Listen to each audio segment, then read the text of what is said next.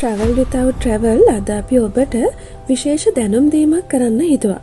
ඒ දැනුම් දීම මොකක්ද කියන්න කලින් අපේ channel එක subscribe කරන්නත් අමතක කරන්න එපා.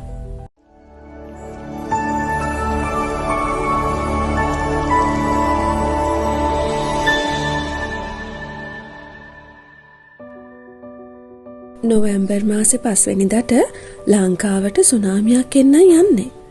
ඇත්තටම ඒ කතාව ඇත්තක්ද? 2004 දෙසැම්බර් 26 වෙනිදා කියන්නේ ලංකාවේ අපිට මුහුණ දීමට සිදු වූ දරුණුතම ඛේදවාචකයක් සිදු වූ දවසක්.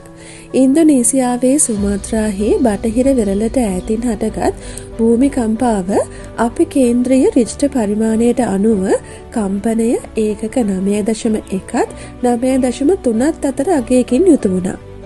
ඉන්දියානු භූතැටිය බුරුම භූතැටිය පහළට ගමන් කිරීම හේතු කොටගෙන උත්ප්‍රේරණය වූ දැවැන්ත භූතෙරපුම හේතුවෙන් ඉන්දියානු සාගරයට මායිම් වූ බිම් කඩවල්හි වෙරළ තීර රැසක විනාශකාරී සුනාමි රැළ නිර්මාණය වීම සිදු වුණා. 2004 හටගත් මෙම සුනාමිය හේතුවෙන් රටවල් 14ක පුද්ගලයන් 2,30,000ක පමණ පිරිසක් මරණයට පත් වුණා. ඒ වගේම එය ලොව වාර්තාගත ඉතිහාසයෙහි සිදු වූ මාරාන්තික ස්වාභාවික ව්‍යසන අතරින් එකක් ලෙස සැලකෙනවා. ඉන්දුනීසියාව මෙම ව්‍යසනයට ගොදුරු වූ ප්‍රධානතම රට බවට පත් වුණා. ශ්‍රී ලංකාව, ඉන්දියාව හා තායිලන්තය යන රටවලටද මෙන් දැඩි ලෙස හානි සිදු වුණා.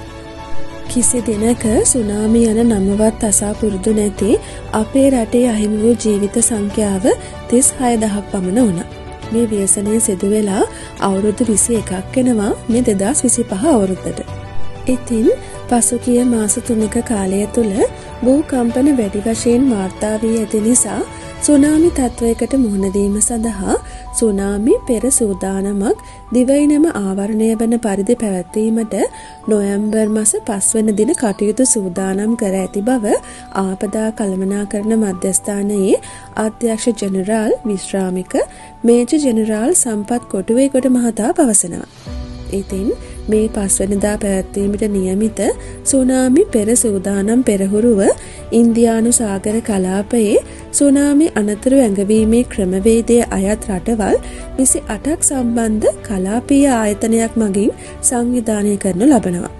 ඉතින් ඇත්තටම නොවැම්බර් මාසේ 5 වෙනිදාට ලංකාවට සුනාමියක් එනවා කියලා කිව්වේ මේ පෙර පුහුණු වැඩසටහන ගැනයි.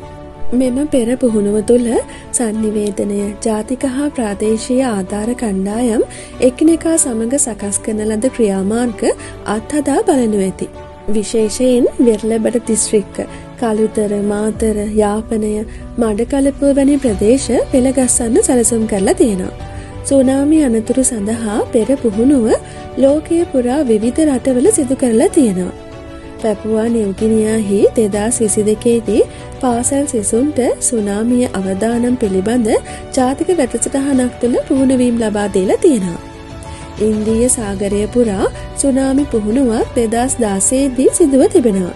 ඉතින් මෙයින් වෙරළ ආසන්න ප්‍රදේශවල ජීවත් වන පවුල්, පාසල්, සංවිධාන සඳහා යහපත් ප්‍රතිචාර සැලැස්මක් නිර්මාණය කිරීමේ හැකියාව වැඩි වෙලා තියෙනවා. මේ නිසා නාගරික හෝ පළාත් වශයෙන් සංනිවේදන හා අනතුරු ඇඟවීමේ ක්‍රම හා ඉක්මනින් ඉවත්වීමේ මාර්ග ක්‍රියාත්මක වන බව තහවුරු කරගන්න පුළුවන්. ඒ වගේම ජනතාවට සුනාමියක් බව හැඳින්වීමේ සලකුණු ගැන දැනුවත් වීම වැඩි කරගන්න පුළුවන්. ඉතින් අපේ රටේ සුරක්ෂිතභාවය රැක ගැනීමට මෙවැනි සුනාමි පෙරපුහුණු වැඩසටහනක් කියන්නේ ඉතා වැදගත් ව්‍යාපෘතියක්.